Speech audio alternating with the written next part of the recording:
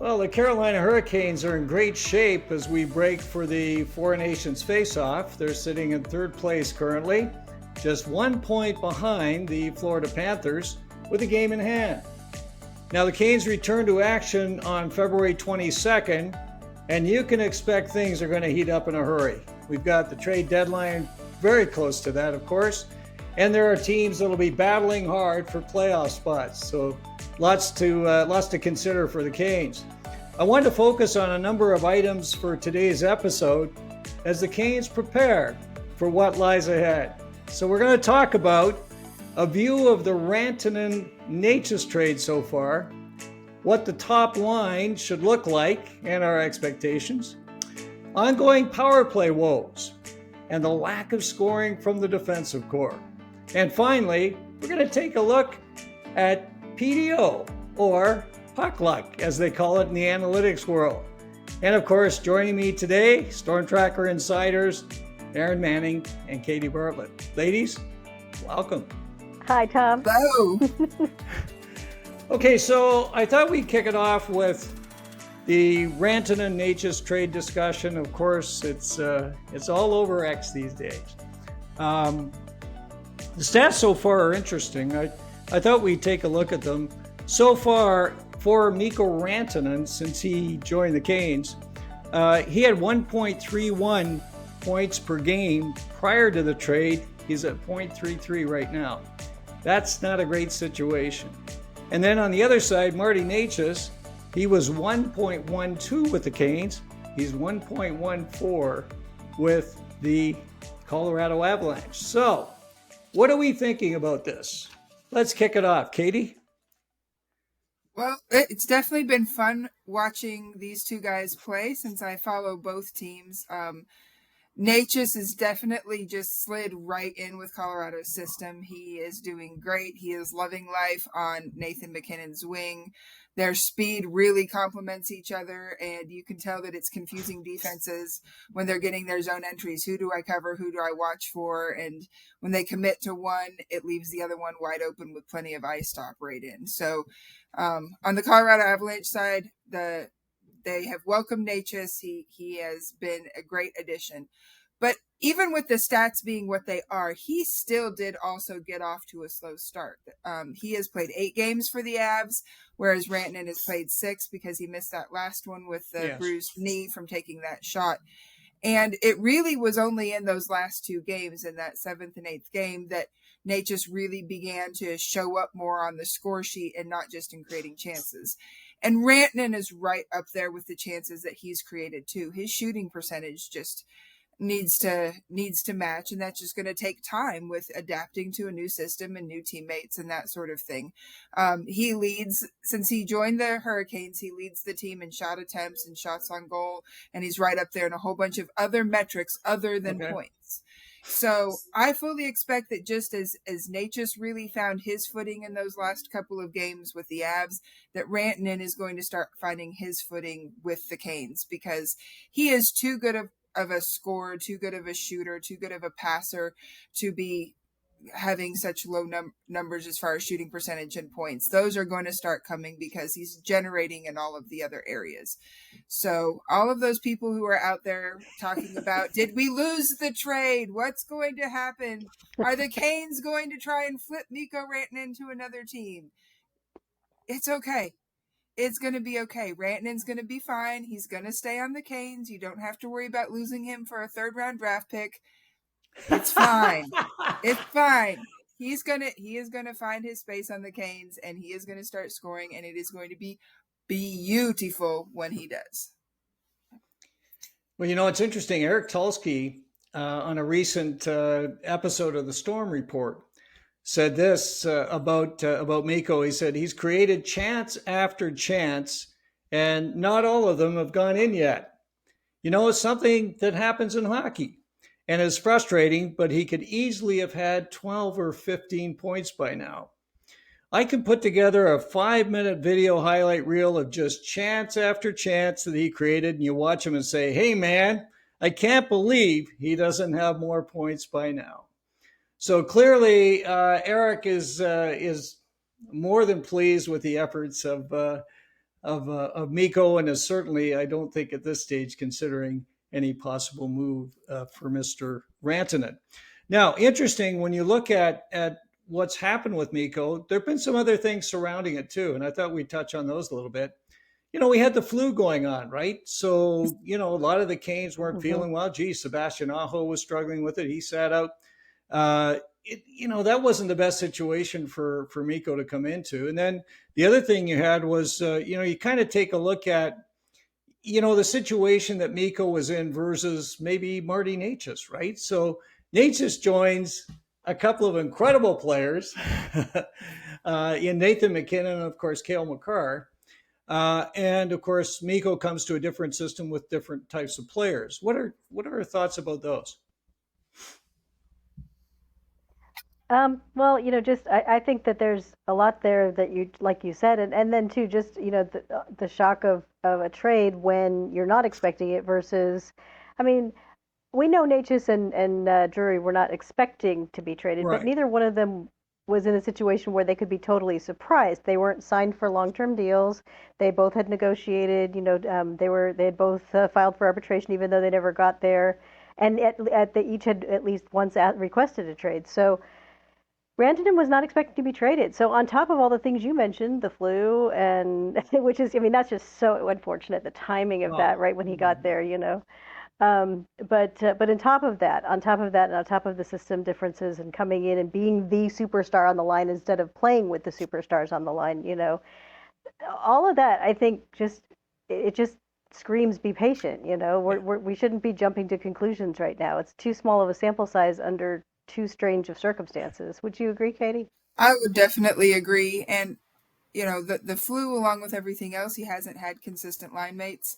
The Avs actually, when Necas was starting to get, creating a lot but not getting a lot of results, they switched one winger off of that line because it was just too much of a pass-happy line. Here, you take the puck. Here, you take the puck. Here, you take the puck. And nobody was shooting. And then they put somebody in Lehkonen, who was a finisher on that line. And you see some of the points that Necas and MacKinnon have created. They've created it because Lehkonen has been there to shoot the puck and actually finish the play.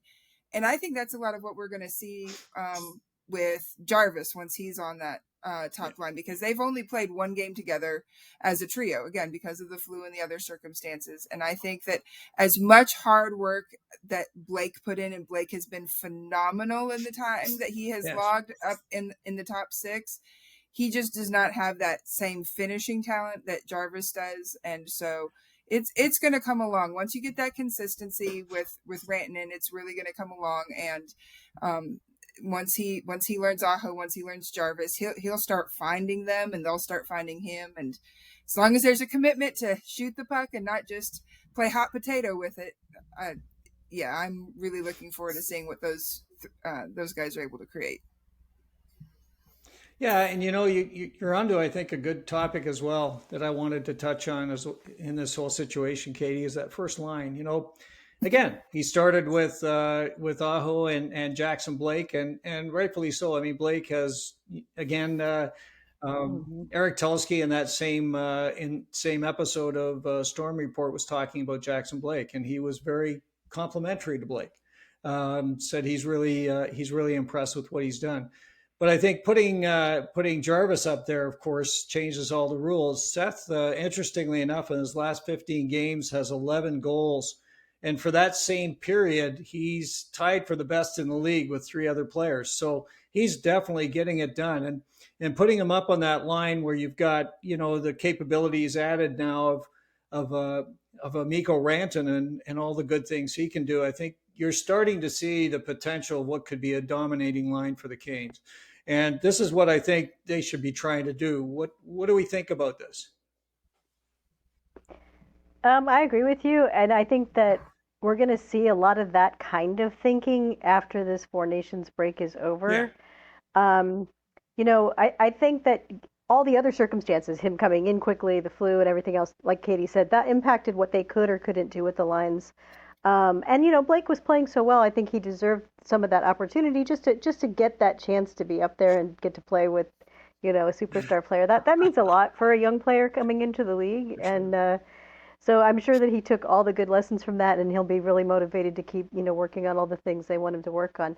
So, but yeah, you can't compare where Seth Jarvis is right now to where Jackson Blake is right now. So I do Right. think that ultimately, as they start to form lines, because from the break on through the rest of the season, we're talking about forming lines for the playoffs. Right. That's going to be the decision making behind who's playing on the top line with Mikko Rantanen. It's going to be the decision making through all four lines. And it's also going to be a factor that influences the decisions that they make for the trade deadline, which is something I know, in the future we're going to talk about. For sure. So if they're going to play Jarvis, Aho, and Rantanen in the playoffs as a line, and I see no reason why they shouldn't, then they need to start having them play together as soon as possible. And I think that will probably happen starting after the break. I would be very surprised if it didn't. Another thing that's interesting is they started playing Rantanen on left wing, which is typical for most left-handed shots. But Rantanen is actually one of those forwards that prefers to play on his offside and prefers to play right wing. And I wouldn't be surprised, because they wanted to leave Blake up there and give him that opportunity, that they put Rantanen over on the left wing, because asking a rookie to play his offside would perhaps be a little too much of a challenge for what they wanted to give him. But you put Jarvis there. Jarvis can play his off wing. Jarvis is very flexible in the way that he plays. And so I can see them creating a whole lot more opportunities together, because you could enter the zone with Rantanen left wing, Jarvis right wing, because of the way their shots would be on the rush. But then once the zone has been established, switching sides, creating that movement, opening Rantanen up for a shot, opening up Jarvis for a shot, or either of them switching around on the cycle. Rantanen has no problem playing in front of the net and creating tips and deflections and screens, and we definitely know that that's a strength of Jarvis as well. So their ability to complement each other in that way is really going to create a lot of opportunities on that top line to confuse defenses and really get those scoring chances, and hopefully eventually lots of goals as a result. Agreed. Yeah, and that the last game against Utah, Jarvis and Aho were magic together, and Aho played one of his best games, I think, in a while. And you just saw the magic that they could get going, and I think if you look at adding Mikko Rantanen to that mix, it starts to get pretty exciting. I mean, they could be a dominating line for sure. And one of the areas that they're going to have to help in for sure is an area we've talked an awful lot about, and that's the power play. The Canes did score, and that's great news, but their power play has been just woeful. If you look at the numbers over the last several months, and I've got the latest numbers of this, in October they were 29%, in November they were 25%, in December 23.7%, and in January 5.1%. And we know that it just cratered in January. And where they sit right now is they sit 21st in the league at 20%. So they've just fallen exponentially. And just to put that in perspective, the teams that they're going to be, interested in, I think, in terms of playoff situation, you've got the Jets. The Winnipeg Jets are sitting at 33.3% on the power play. This is devastating. The Devils, even the Devils, if they play the Devils in the first round, the Devils are at 27.5. The Panthers, 24.4. The Caps, 23.2. And we know how important special teams are come playoff time. Rod Brind'Amour talks about this all the time. So they've got to do something with that power play. And Katie, what do you think? What's your thinking when you look at this power play and trying to bootstrap it and get it back on track? Well, the first thing that I think is that in the past little while, it's just seemed too static and too set on the perimeter. There's just lots of safe passes that aren't being contested by the defense, because any good penalty kill is more than happy to let the power play work on the perimeter and not give anything dangerous down in the heart of the ice. So that's definitely something they need to change up. What's interesting, and of course there's all these parallels, so I come back to it a lot, is that Colorado's power play has been in much the same situation before the trade.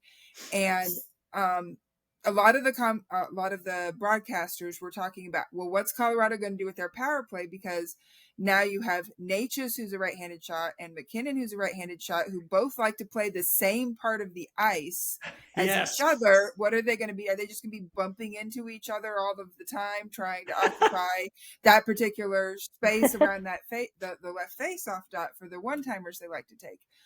Well, what they've ended up doing, since they both like to play there, is they have started moving around a lot to where one will take up residence there while the other one moves, and then they'll swap and they'll just keep changing back and forth. And it's forcing the penalty kill defenses to move their feet and turn their skates in such a way that it creates other shooting lanes, passing lanes, and opportunities.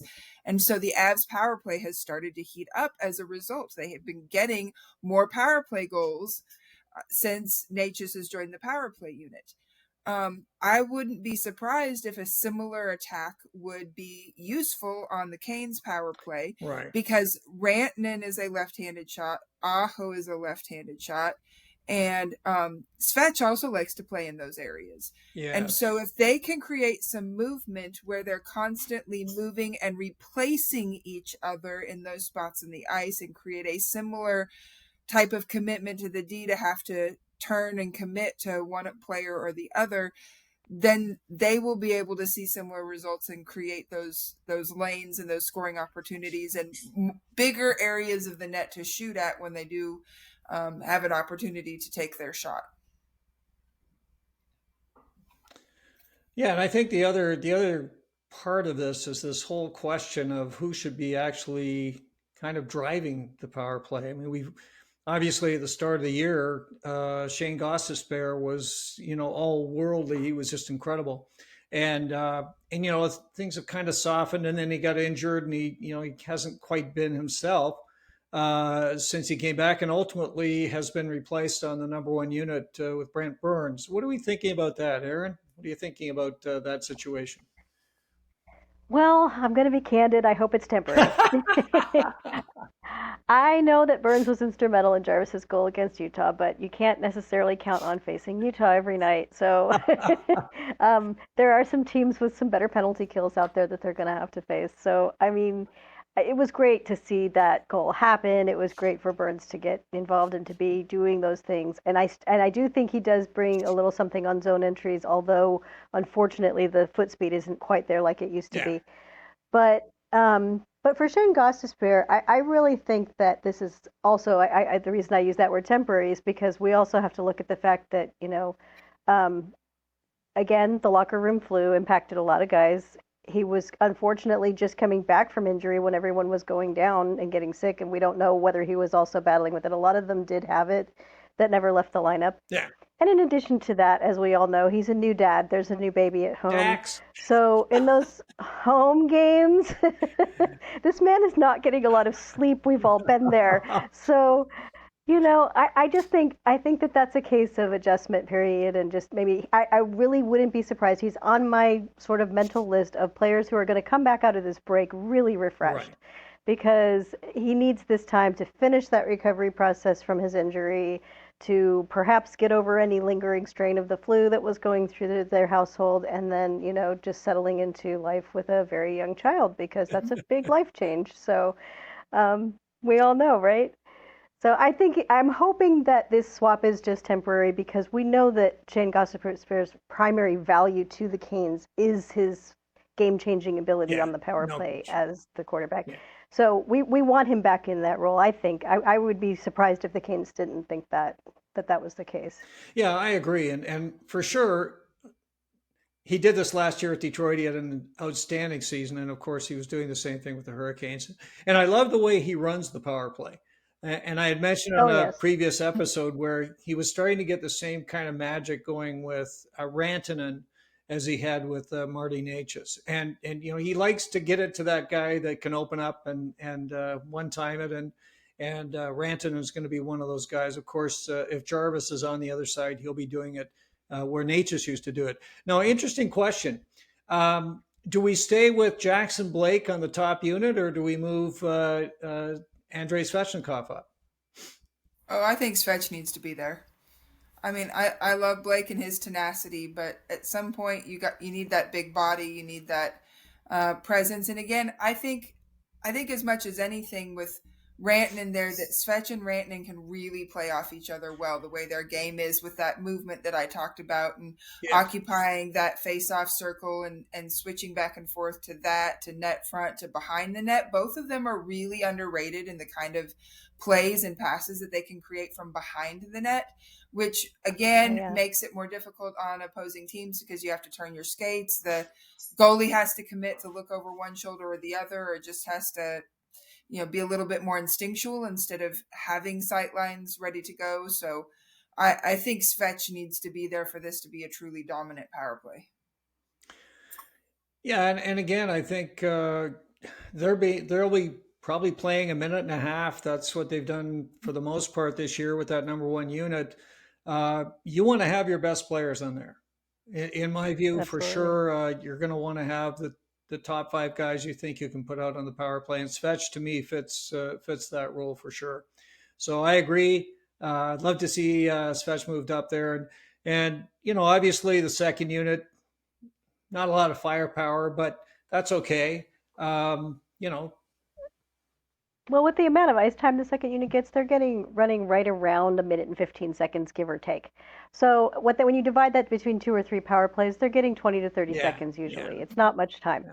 So the point for them is simply, to sure you want to try to have them get chances, and especially if they're taking a face-off. But if they're coming in on the fly and just taking that puck for those 20 or 30 seconds, the most important thing is just to not lose possession. Yeah. To be able to stay on long enough to be able to hand the puck over to whoever's coming out of the stall line or whoever's coming out for the bump-up shift afterward, if there's no goal scored. So that's their job, and as long as they're doing that job well, it really doesn't matter who's on that unit. And you might actually, if you get Blake on that unit, you might actually get a little bit of chaos in front of the net, and that could actually help. Because that was the role Seth Jarvis used to play back in his younger years. On the second unit power play, he was, mucking it up in front of the net. So I'm sure Blake could do that. He's actually very good at gaining the slot. So that would be a good thing for him to do. Well, Blake's going to be a part of it for sure. You've got Jesperi Kotkaniemi will be one of the key members of that power play. You've got Brent Burns, who will be, of course, quarterbacking that power play unit. And then it gets kind of interesting. Jack Roslovic has been on that unit, but we'll have to see how this all plays out at the trade deadline, because I certainly think he could be in play. And who would round out that power play for the Canes? Well, Blake, like you mentioned, and then that's a good question. I haven't really given it much thought. What do you think, Katie?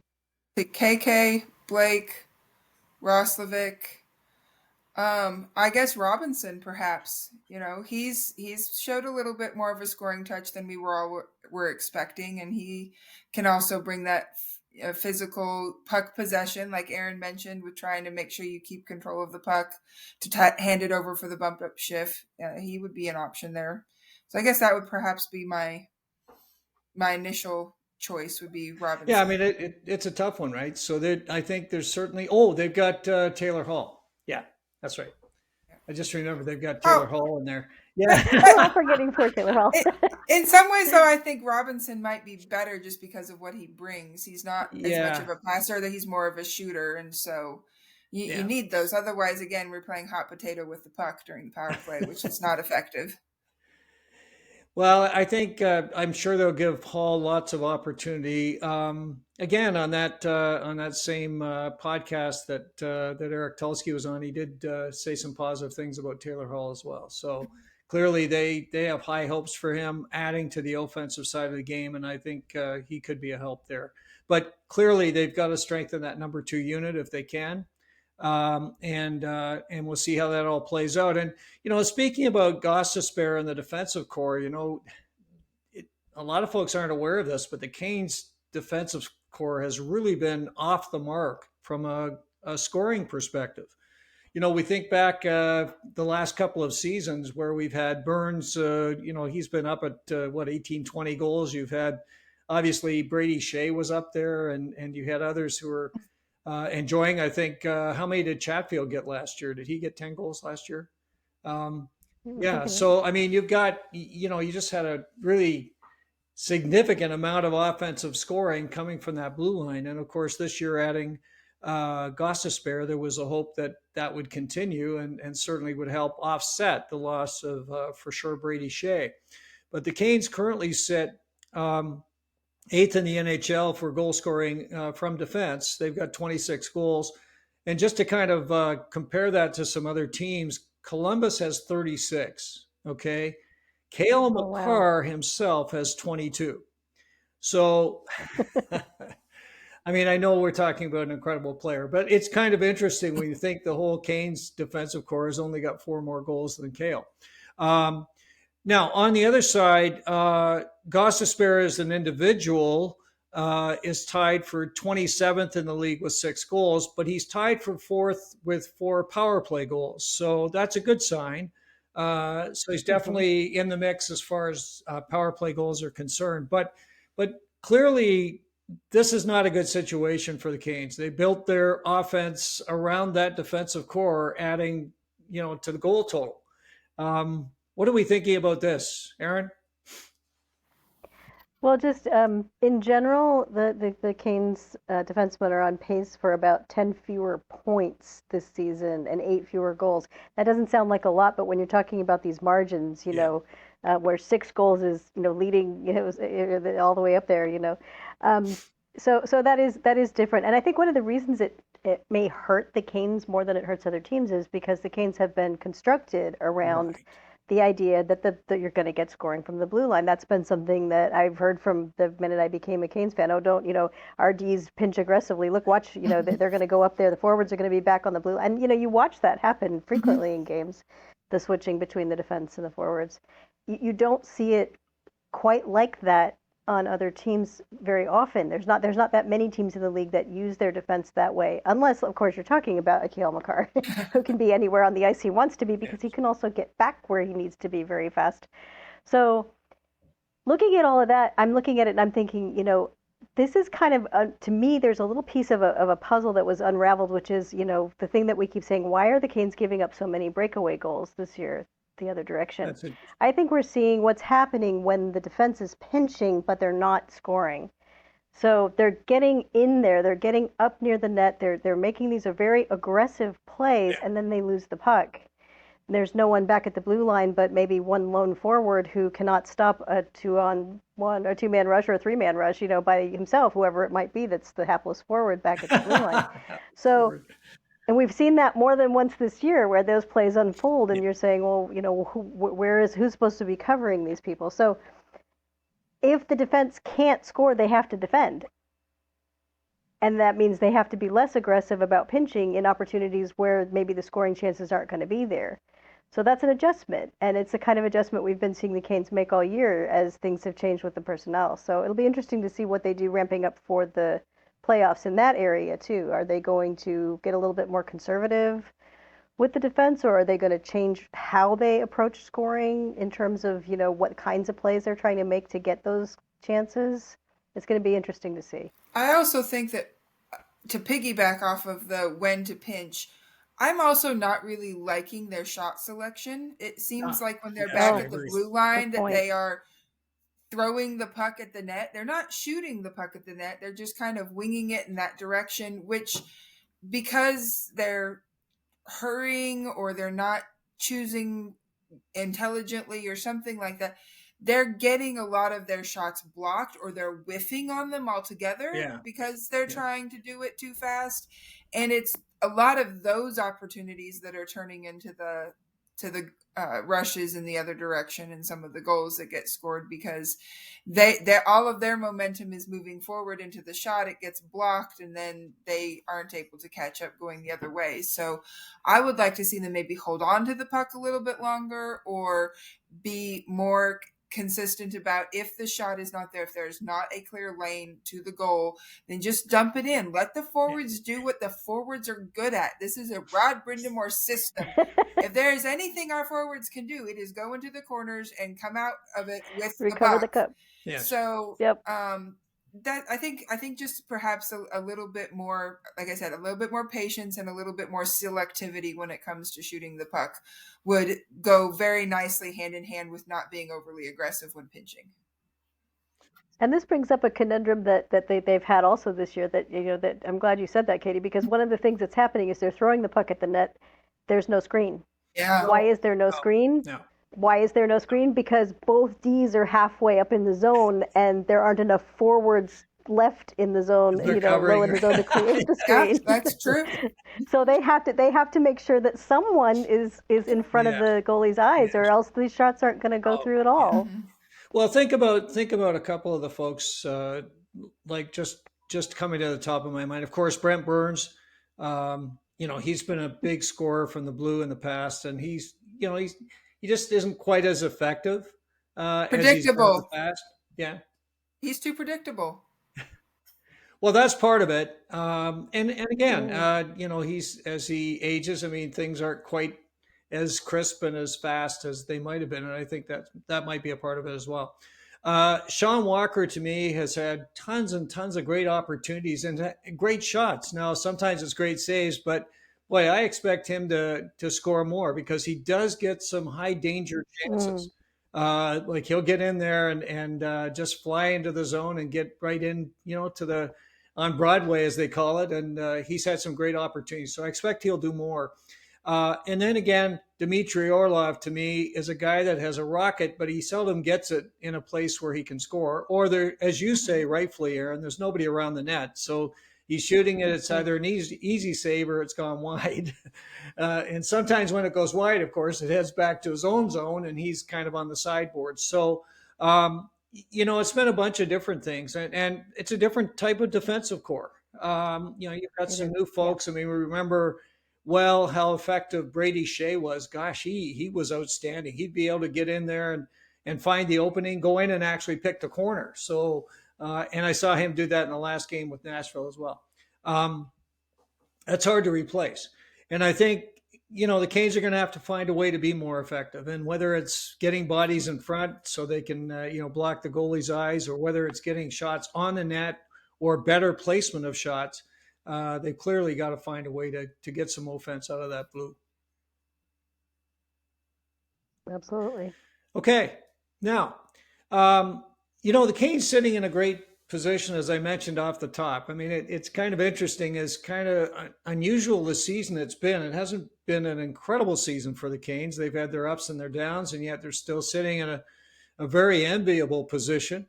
Just 1 point back of second place in the Eastern Conference. And this is great. And one thing we've seen with the Canes this year is they have been absolutely lights out at home. They've been phenomenal. And so they want that ice. They want home ice advantage in the playoffs for sure.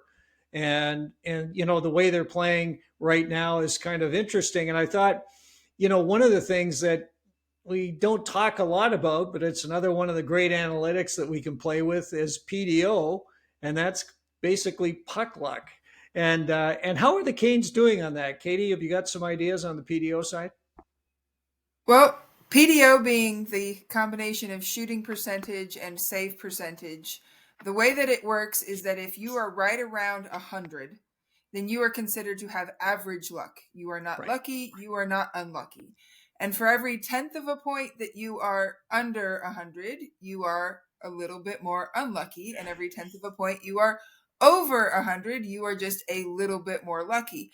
Yeah. And so you go look at teams that are at the top of the league, like the Jets and the Capitals, and they have very high PDOs. It's like 103 or something like that. It's ridiculous. You're counting it in points, not 1/10 of a point at that point in time. And then you go and you look at the Canes. Yep. The Canes are in the bottom of the league with a 98.53 PDO.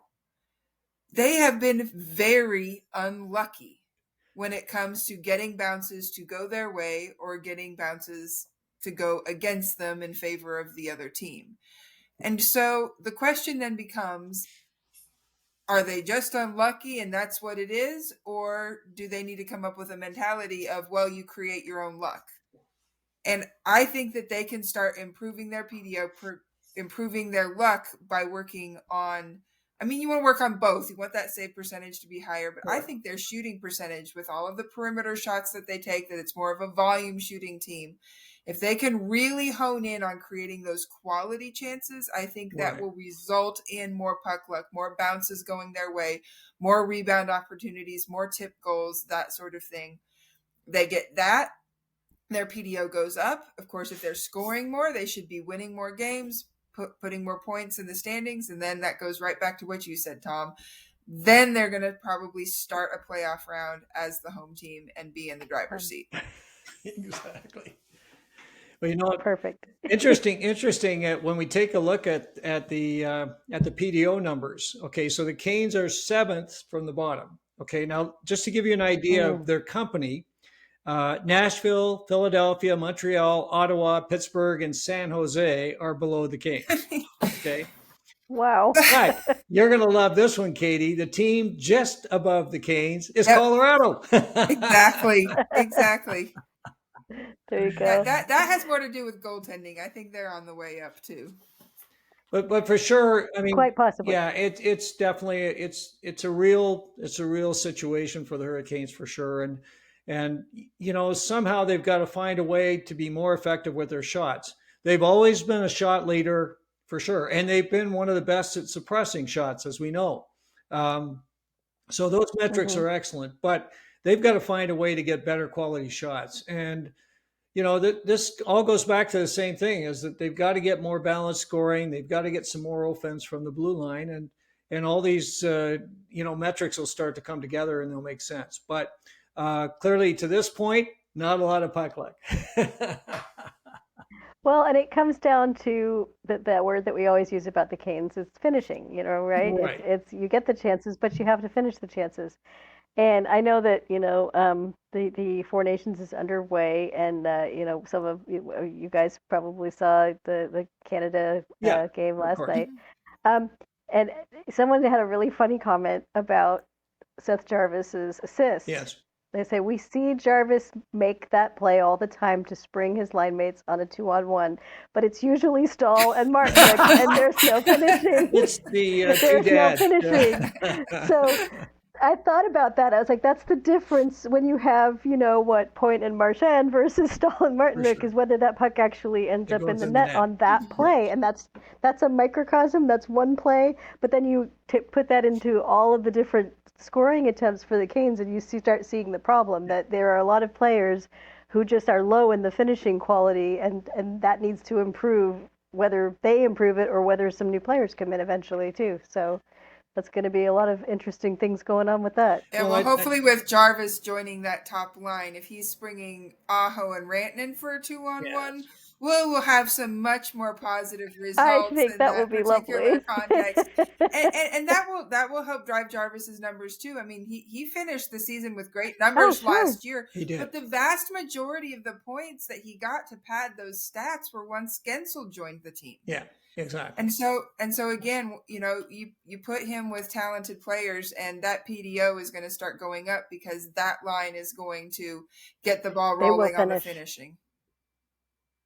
No, I agree, and I think one of the challenges the Canes have, and we talked a little bit about this, is that they're not a great team at kind of crashing the net, which for some teams that's one of their hallmarks, and it works well for them. And if you're not affecting the goalie in some way, these goalies are so good now that it's really hard to score on them. Oh, yeah. And they're trying to find new ways, which are, they try to get higher in the net, just over the shoulders. You see a lot of goals like that, but you've got to be a great shooter to do that. And again, it comes back to the Hurricanes are a lot of kind of lunch pail folk, as we like to call them. They're going to be hardworking. They're going to get in there and do things, but there aren't a bunch of natural goal scorers on the Hurricanes.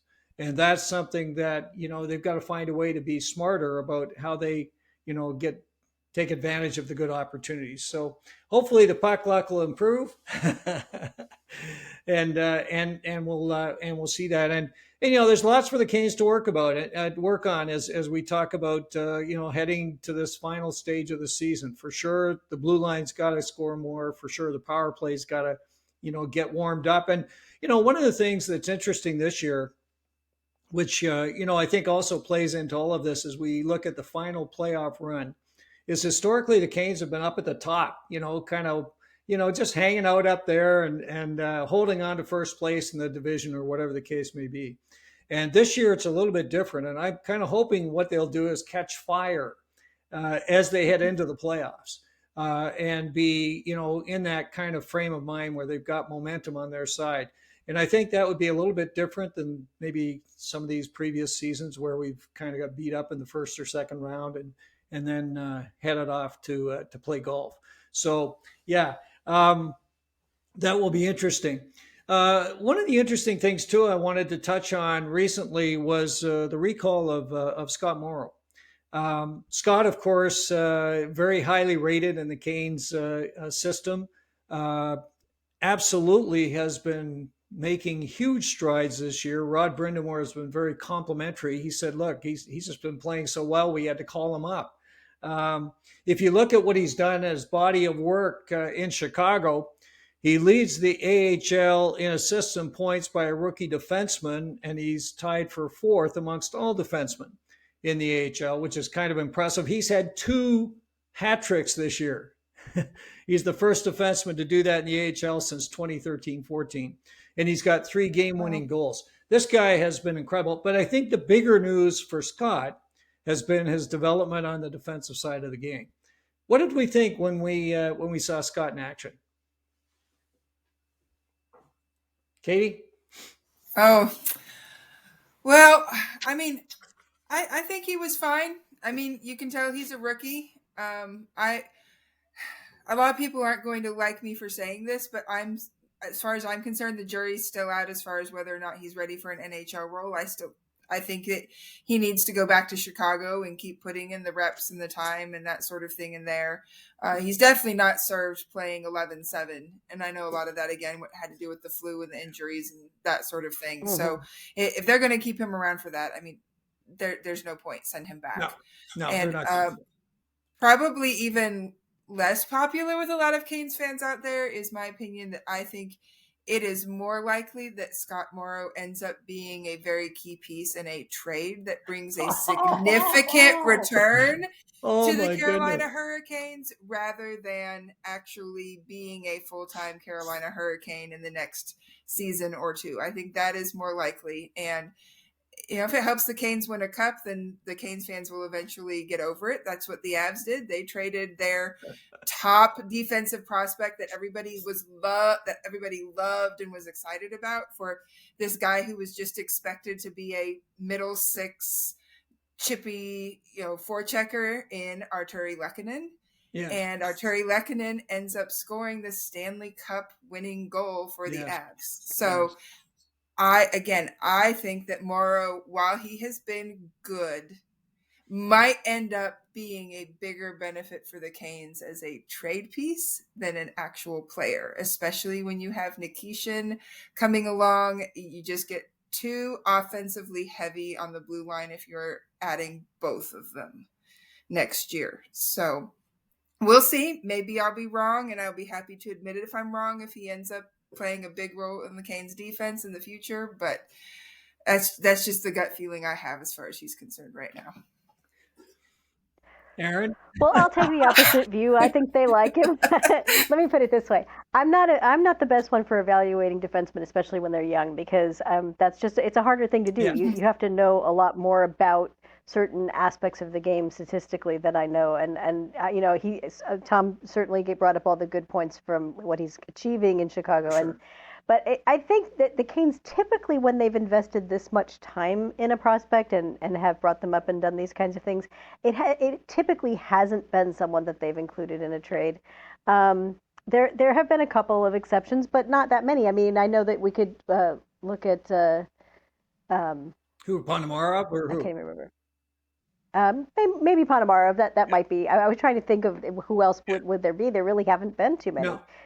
They tend to like to, most of their prospects, if they do include them in a trade, they're further down the line. They're not, it's just like they don't trade their high draft picks. They tend to trade down the line. So you could be right, Katie. I'm not going to say that you're wrong because you never know. And if it depends on how close they think they are to a cup and whether there's a player that would be the key piece. Because as we know, they're not afraid to move roster players for a key piece. So if there's somebody out there that's available that would be, just a slam dunk, then I don't think anybody's off the table at that point. But I don't necessarily think they see him that way primarily, so we'll see. But like you said too, 11-7 isn't the best way to see what a young defenseman can bring to the table. And it also kind of brings us all the way back around full circle to the beginning of the conversation, because that wasn't a great situation for Rantanen either, to be playing in those disjointed kinds of games 2 of his first 6. So that's that's not easy to do. So that might be where we also go all the way back around and say, well, this is another reason why we should expect to see great things when he comes back from the Four Nations. Yeah, so. and with Rantanen, of course, we're hopeful he'll get a lot more ice time. So we want to see him up at north of 20 minutes a game, and a couple of those games he wasn't there. I just want to make a few comments on Scott Morrow. I am really impressed with his development this year. I've seen a fair bit of the Chicago Wolves stuff. He is a guy that has the potential to, I think, play for the Canes next year. I really believe that strongly. And I think what they're doing now is part of just taking a look to see where he is in his development, because don't forget, they've got some big decisions that are going to have to be made as we head to the deadline and also into the summer because of, free agents and some other moves. And, Nikishin's a key part of that. He's going to be critical to fill one of those spots.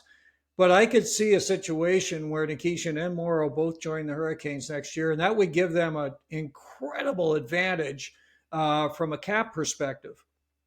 Because as an example, if they replaced Burns and Orlov, you've just gained probably over $10 million, because the cost for Morrow and Nikishin is going to be around 2.5. So, you're in pretty good shape. And I think there's a lot there. And I think for sure it would have to be a blockbuster trade. This is my personal view for him to go. I don't say it's not possible, because Eric Tulsky is obviously, he surprises us. No question. Yeah. And so, I never say never, but we had talked a little bit about this. Our next session together is going to be really focused on the trade deadline, and we're going to get into it in a big way. And there's a couple of things that we'll add into the mix around, possible adds to the Canes from different places, not just trades or acquisitions, but also within their own organization. So there's a lot of things that kind of come to play here. So we'll have some fun with that.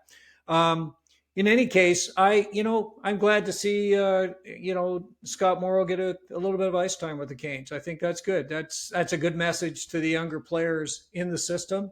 Another guy that's really heating it up down there, boy, he's certainly pushing for an opportunity as well, as, of course, Bradley Nadeau. He's been on an absolute tear. Oh. And so he's definitely finding his way in the American Hockey League in a big way. And this has been great for him. So, we'll have to keep our eye on some of these young players down in Chicago and where they fit in the Canes timelines. That's going to be critical, particularly heading into next year. Now, wanted to touch on one last thing as we kind of wrap it up today. And, of course, that's the Four Nations tournament. So, first game last night, interesting game, Canada and Sweden. Started off, looked like Canada was going to run them out of the rink, I think, in the first 30 seconds. and Sweden came back. But I did want to mention Seth Jarvis, as you said, rightfully so. He had an assist last night. He played about 11 minutes, did some PK time, so a little bit of work on the penalty kill. I thought he was effective pretty well every time he was on the ice. I thought he played a great game. And, they made a lot of comment about the fact he was so enamored with the fact he was sitting beside some great players like, of course, Sidney Crosby and some others. But he's not in awe of those guys. He can play right alongside any of them as far as I'm concerned. And he's proving that, and he's definitely doing it on the world stage. So I thought that was an exciting part about last night's game. But also the other thing I wanted to say was it was a very intense game.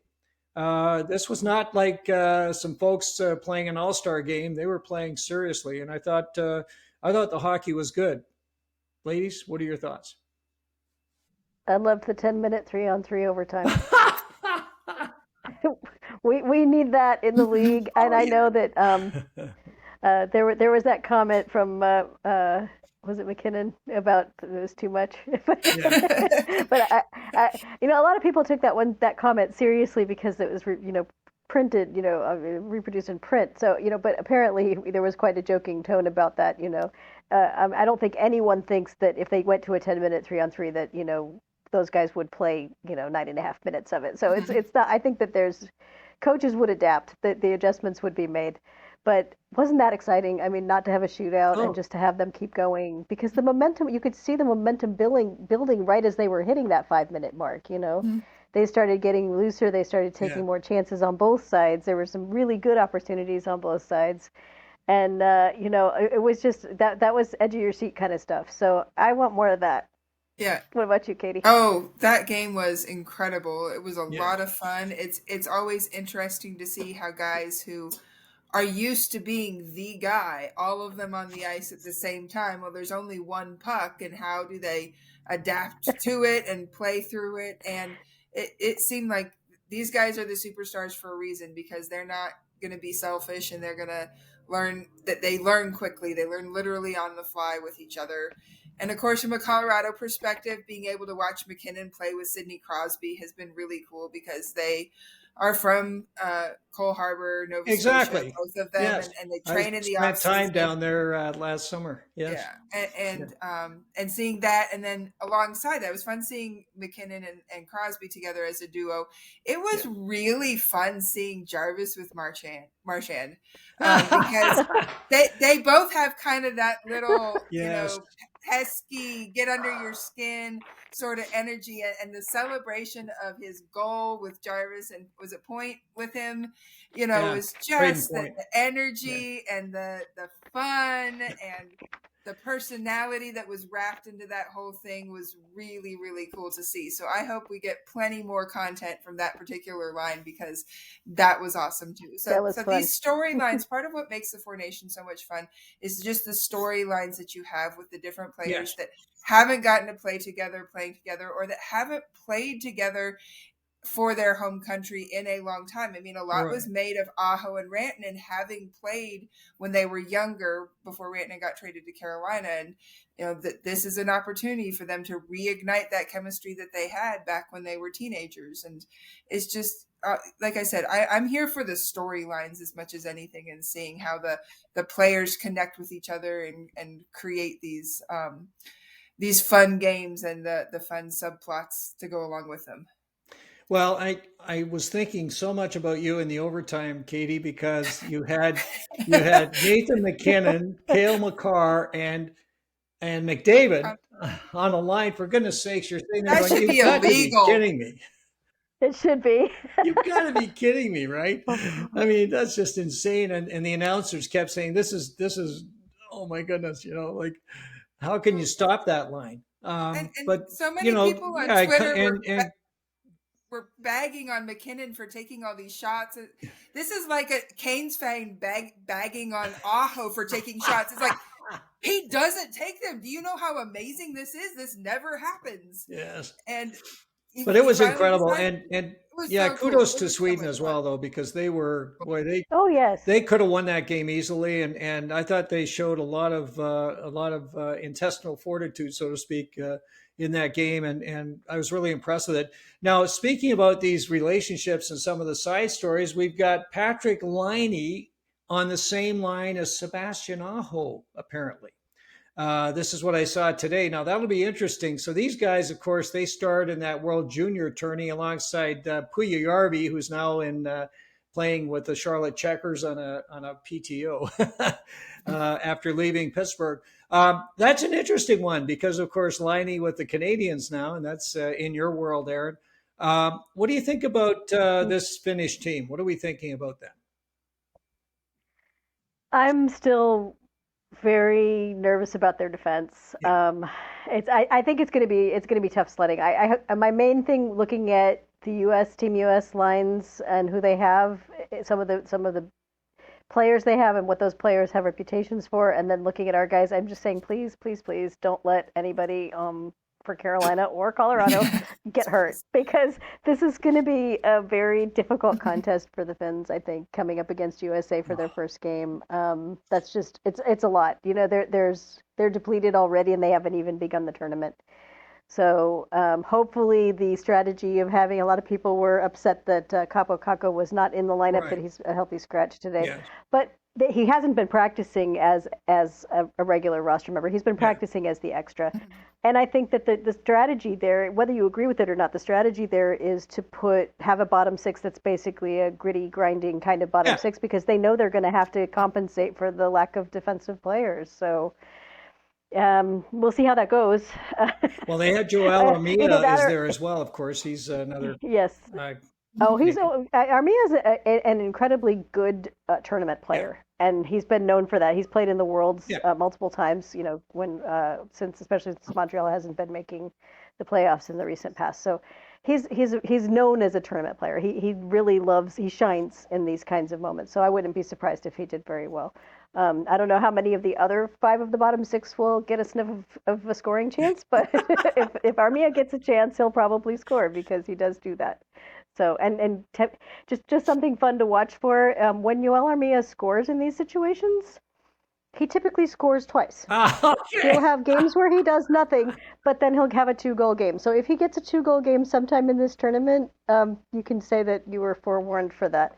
But that might not happen tonight, though. I mean, USA is a tough team to beat. Sure. I think they're going to be tough for Canada to beat. So it's going to be a very intense matchup between those two teams, for sure. Well, each one of these games, of course, it's a single game, and you know your goaltender can be critical. And of course, the Finns have a pretty darn good one in UC Saros. I agree with you. If we look at this, do we have any teams we're kind of picking at this stage that we think are going to take the big award home? I think despite the goaltending issues, I'm leaning towards Canada winning it all, because I think if they just want to turn up the pressure and turn up the heat, there's just not going to be any stopping. They're going to batter you line after line after line after line and just try to outscore you to death. And I think that gives them a little bit of an edge over the other teams, including the U.S. So we'll see how their goaltending holds up. But I just think that the offensive firepower that they have is going to help win the day for them in the end. Erin? I think the U.S. is going to beat Canada. And I think that I'm looking at not just the goaltending, but also the defense. You know, Canada's got a good defense. They definitely do. They do. But, you know, your first pairing is Jacob Slavin and Adam Fox. You know, and then your second pairing is you've got Werenski, I think, and I've forgotten who. But, you know, you look at these names and you say, okay, these are incredibly good defensive players. And they, you know, there's always that cliche about, you know, tournaments and cups and things being won from the blue line, being won from the defense. Yeah. So if that's really true, I think we'll see that, and that's probably what will happen. But who knows? Maybe Finland will win it all.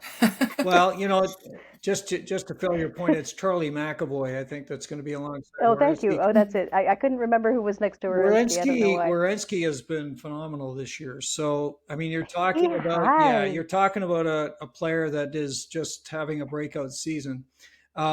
So yeah, I mean, there's no question that's a deep D.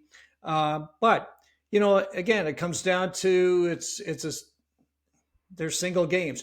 You look at the Canada team, of course, they have superstar, you know, kind of positioning with McDavid and with Nathan McKinnon, with Cale Makar, and they have a good cap to support them. So they're a great hockey club. But you know what? I wouldn't knock out these other teams either. Anything's possible in a short series, as you know. And they're loaded with some great players, and they're going to be playing hard, particularly as we saw with Sweden, and we'll see the same thing with Finland. Much more so, I think, than Canada and the United States. These folks are really going to be putting everything they have into it. So, yeah, I think Sweden has got some more to give. They've got great goaltending as well. Oh, definitely. They've got some wonderful players on the blue. I was quite impressed with Sweden last night. I think they're going to be a thorn in anybody's side, and they can definitely make their own case to be one of the key teams at the end. So Tonight, big game with the USA and with Finland, and we're going to have to check in on that to see how that all plays out. So we've got something big coming up, of course, following the Four Nations tourney just a couple of weeks after, of course, is the trade deadline. And this year, I think it's going to be an important one. We've seen some activity early, as we know, with some number of major trades, but there's a lot to be done. And I think it's going to be a time when the Canes need to shore up some positions. We've talked a little bit about this in the past. For sure, they've got to shore up center ice.